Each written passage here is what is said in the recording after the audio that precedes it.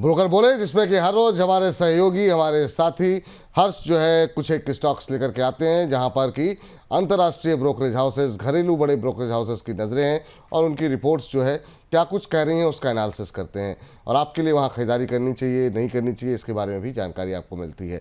हर्ष, आज की पहली कंपनी कौन सी होगी? जी, सबसे पहले टाटा ग्रुप की कंपनी ट्रेंट की हम लोग बात कर लेते हैं यहाँ पर। तो ब्रोकर जो है गोल्डमैन सैक्स है, खरीदारी की सलाह दी है और 8,120 रुपये का टारगेट दिया, यानी कि मौजूदा भाव से करीब करीब 2,500 ऊपर प्रति शेयर पे अगर ये टारगेट अचीव होते हुए दिखते हैं आगे लॉन्ग टर्म के हिसाब से, तो करीब 2,500 रुपये प्रति शेयर के हिसाब से एक बड़ा भाव आता हुआ निवेशकों की। 2,500 मतलब कि अभी जो लेवल्स हैं उससे ऊपर 2,500 ऊपर जी प्रति शेयर के हिसाब से। तो अब इन्होंने क्या कहा है तो वो हम लोग बताते हैं। देखिए, इनका साफ तौर पे कहना है कि जो अभी क्वार्टर 4 में नए जो स्टोर्स हैं एडिशन किए गए, वो एक सरप्राइजिंगली पॉजिटिव मूव है। उन्होंने इसको काफ़ी अच्छा माना है कि हमें उम्मीद नहीं थी उससे ज़्यादा जो स्टोर्स हैं वो एडिशन होते हुए देखे। जूडियो की बात इन्होंने यहाँ पर की है। अब जूडियो में इन्होंने क्या कहा है, जूडियो इनका साफ तौर पर ब्रोकरेज का कहना है कि लॉन्ग टर्म के हिसाब से काफ़ी पोटेंशियल जूडियो में दिख रहा है। जिस तरीके से युवाओं में लगातार क्रेज़ देखने को मिल रहा है फैशन को लेकर, तो यहाँ पर बाइंग अपॉर्चुनिटी लगातार बढ़ती हुई दिख रही है। साथ ही एडिशनल स्टोर से और मजबूती देखने को मिलेगी कंपनी आने वाले क्वार्टर्स में, और जो स्टोर्स हैं उनको बढ़ाने जा रही है। इससे स्टॉक पर भी सीधा असर देखने को मिलेगा। साथ ही वैल्यू सेगमेंट में मार्केट शेयर बढ़ता चला जा रहा है। और ब्रोकरेज का ये भी मानना है कि भारत में जो तमाम तरह के कंज्यूमर प्रोडक्ट्स हैं उनके अगर यहाँ पे कंपैरिजन किया जाए तो अर्निंग जो है यहाँ पर साफ तौर पे जो अर्निंग ग्रोथ है वो यहाँ पर ही जूडियो की बात करें तो मजबूत, ट्रेंड की बात करें तो यहाँ पे मजबूती देखने को मिल रही है। चलिए, तो बिल्कुल ट्रेंड में जो है सर बजट के बाद से ही काफ़ी चर्चाएं थी इस बात को लेकर के कंजम्पशन स्टोरी चलेगी, उसमें ट्रेंड का भी नाम शामिल हो रहा था, जो तमाम लिस्ट आई थी अलग अलग ब्रोकरेज हाउसेस से। अभी ट्रेंड कैसा लग रहा है सर आपको? देखिए, लास्ट 5 साल से ऑलमोस्ट 56% सीएजीआर के साथ ग्रोथ हुआ है और डिविडेंड पे आउट भी बहुत ही हेल्दी है 27% के अराउंड। और कंपनी का सेल्स ग्रोथ देखेंगे कि लास्ट 10 साल में ऑलमोस्ट अप्रोक्स 20% के अराउंड रहा है, जो कि बहुत ही अच्छा है। और सबसे बड़ी बात सर यहाँ पे ये है कि डेट फ्री कंपनी है, ज्यादा लोन नहीं है कंपनी के पास। लेकिन इसमें एक चीज जो है बहुत ही इंपॉर्टेंट, वो है लास्ट सर 1-1.5 सालों में ना, और 1.5-2 साल में ऑलमोस्ट 500% रिटर्न कंपनी ने दे दिया है। तो 5,000%, सॉरी 500%, सो 500% जो रिटर्न दिया है। और इसीलिए सर ऊपर से अभी स्टॉक नीचे आया है, क्योंकि ओवर वैल्यूएशन था।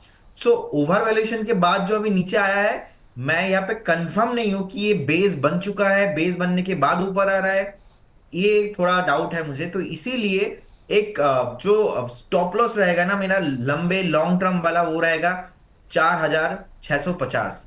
4,650 मेरा लॉन्ग टर्म स्टॉप लॉस रहेगा। अभी बेस बन चुका है, अपसाइड ही आ रहा है। सो डेली, वीकली, मंथली तीनों कैंडल पे सही लग रहा है। मुझे लगता है कि ये जो मोमेंटम अभी रनिंग है, फॉलो अप बाइंग जो आ रहा है, पहला टारगेट होना चाहिए कि 5,800। सेकेंड टारगेट अगर 5,800 के ऊपर 2 हफ्ता भी सस्टेन करता है पर्टिकुलर डिस्काउंटर, तो मुझे लगता है फिर से एक बार आपको ऑल टाइम जो हाई है, ऑल टाइम हाई आते दिखेंगे कि 8,330 के 230 के आसपास जो एक ऑल टाइम हाई था वहां पे आते दिखेंगे। लेकिन जो मैंने बताया लास्ट 1.5 सालों में जो 500% के आसपास रिटर्न आया है, तो ये एक सबसे इंपॉर्टेंट बात है कि अभी 1.5 साल में इतना चल गया कि अभी चलेगा कि नहीं। तो इसीलिए नीचे भी आया है, बाउंस बैक आ रहा है, लेकिन आपको लॉन्ग टर्म वाला स्टॉप लॉस मेंटेन करना है। ठीक सर, ये बात ट्रेंड को लेकर करके आती हुई अगली कंपनी के लिए चलते हैं हर्ष के पास। हर्ष, क्या है अगली कंपनी? बिल्कुल, सोलर पीवी पर फोकस करते हुए देखने को मिला है। बर्नस्टीन की रिपोर्ट आई है वारी एनर्जीज पर और प्रीमियम एनर्जीज के ऊपर अंडरवेट कॉल कर दिए हैं, यहाँ पर टारगेट्स घटा दिए हैं। अभी अगर हम लोग वारी एनर्जीज की बात करें यहाँ पर, तो जो टारगेट है 1902 का दिया है, जबकि जो स्टॉक है 2,300 पर ट्रेड कर रहा है, यानी कि यहाँ पे भी कटौती देखने को मिल रही है। और यहाँ पर अगर प्रीमियम एनर्जी की बात करें तो जो टारगेट है 653 के, माफ कीजिएगा 693 का जो टारगेट यहाँ पर दिया, और अभी जो स्टॉक है 890 के आसपास ट्रेड कर रहा है। तो दोनों जो है आप देख सकते हैं टारगेट काफी घटा दिए गए हैं। अब क्यों घटाएं? देखिए, सबसे पहले उन्होंने कहा है अपनी रिपोर्ट में साफ तौर पर, जो जितनी रिटर्न देते हुए स्टॉक दिखे थे वो नॉर्मल नहीं है, इस शब्द का इस्तेमाल किया गया, तो वो नॉर्मलिटी उसमें नहीं देखने को मिली है। वैल्यूएशन काफी ज्यादा हाई है। उन्होंने बल्कि ये भी कहा कि जिस तरीके से यहाँ पर बिजनेस है, अर्निंग्स है, ग्रोथ है, वो जिस स्टॉक जो जिस मल्टीपल पे ट्रेड कर रहा है वो आपस में मैच नहीं करते, गिरावट और देखने को मिल सकती है। और साथ ही लगातार जिस तरीके से मार्केट नए नए जो कंपनियां एंट्री कर रही हैं उससे चुनौतियां बनी हुई हैं, लेकिन उन्होंने कुछ पॉजिटिव पॉइंट्स भी गिनवाए। उन्होंने ये साफ तौर पे कहा है यहाँ पर बर्नस्टीन ने कि स्मार्ट इन्वेस्टमेंट कंपनी की तरफ से यहाँ पे की गई है, दोनों कंपनी की तरफ से की गई है, और जो एनर्जी ट्रांजिशन फेज है उसको डाइवर्सिफाई करने की कोशिश की गई है, बैटरीज पर ज़्यादा फोकस किया गया है, और आने वाले क्वार्टर में इसका असर आपको पॉजिटिव मूव में देखने को मिल सकता है। ठीक। Sir, war energy, premium energy पे आपकी कोई टिप्पणी सर?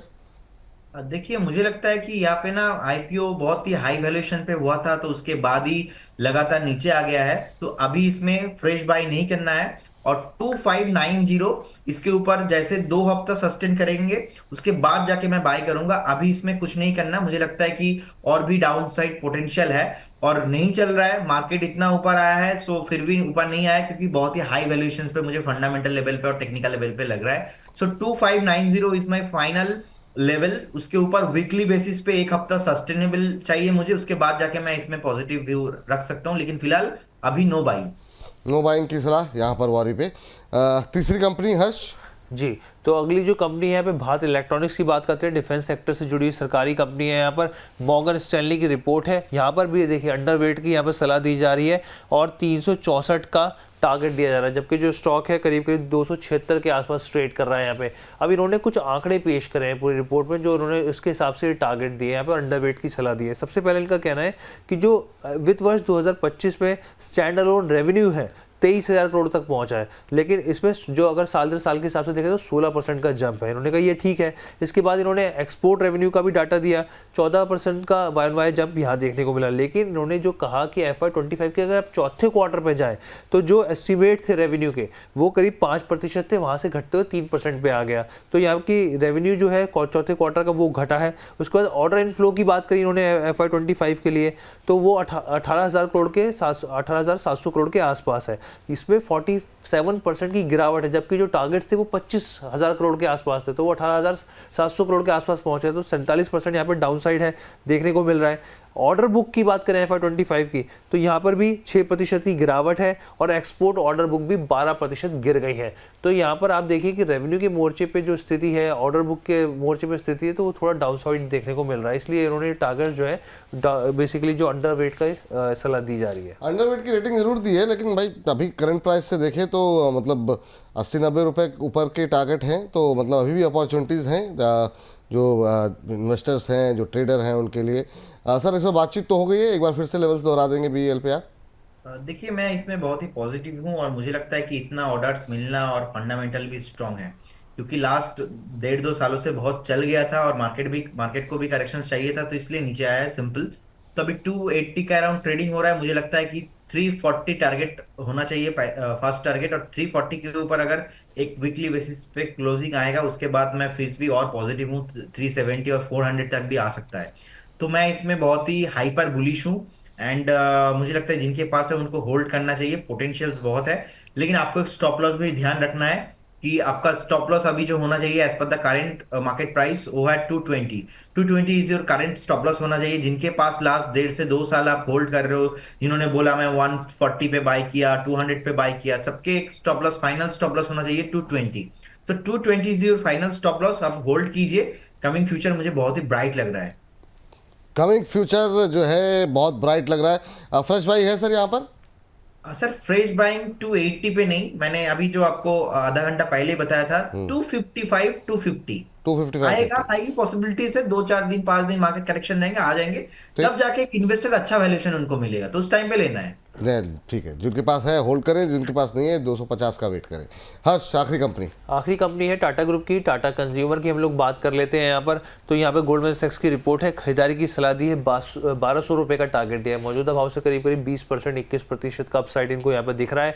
अब इन्होंने अपनी रिपोर्ट में कहा है कि वर्स्ट इज बिहाइंड, जो बुरी दिक्कतें हैं वो अब पीछे छूट चुकी है, और शायद इसी वजह से स्टॉक में एक अच्छी तेज़ी देखने को भी मिली है। अब इन्होंने कुछ इंपॉर्टेंट पॉइंट्स यहाँ पर ट्रिगर किए हैं। इनका ये कहना है कि वित्त वर्ष 2025 से लेकर 27 के बीच अर्निंग पर शेयर जो है उसमें एक मजबूत ग्रोथ देखने को मिल सकती है। इसके अलावा जो चाय सेगमेंट या टी सेगमेंट था उसमें एक जो मार्जिन में कमजोरी देखने को मिल रही थी, अब कंपनी ने जो प्राइजेस हैं उसको इंक्रीज कर दिया है, तो उसका फायदा वहाँ होता हुआ दिखेगा। साथ ही मजबूत इनोवेशन पे फोकस किया जा रहा है और जो यहाँ पर जो डिस्ट्रीब्यूशन है उस पर एक्सपेंशन किया जा रहा है, तो वो एक अच्छी चीज़ है, वहाँ पर वो फ़ायदा होता हुआ दिखेगा। कर्ज जो है लगातार घटता चला जा रहा है यहाँ पे, लेकिन हाँ ये ज़रूर है कि कंपटीशन जो बढ़ रहा है, ये एक चीज़ ज़रूर कह टकी, हालांकि जो टारगेट से 21% की अपसाइड दिखा रहे हैं। ठीक सर, चलिए, तो यहाँ पर जो है टाटा कंज्यूमर को लेकर के बुलिश रवैया अपनाया है गोल्डमैन सैक्स ने। आपका क्या रवैया है प्रदीप जी? सर 1080 के आसपास एक रेसिस्टेंस है, अगर 1080 के ऊपर सस्टेन करता है तो मुझे लगता है ये डेफिनेटली जो 1200 टारगेट आ रहा है वो पॉसिबल है। और मुझे मेरा टारगेट थोड़ा उससे ज्यादा है, क्योंकि 1241 ये मेरा टारगेट है, पहला टारगेट। अगर 1240 के ऊपर सस्टेन करता है तो उसके ऊपर ऑल ऑल एकदम लाइफ टाइम न्यू हाई आपको आते हुए दिखेंगे। और देखिए चार्ट में एकदम क्लियर डबल टॉप के ऊपर एक ब्रेकआउट बस आ ही रहा है, तो डबल टॉप ब्रेकआउट अभी कंफर्म नहीं हुआ है वीकली बेसिस पे।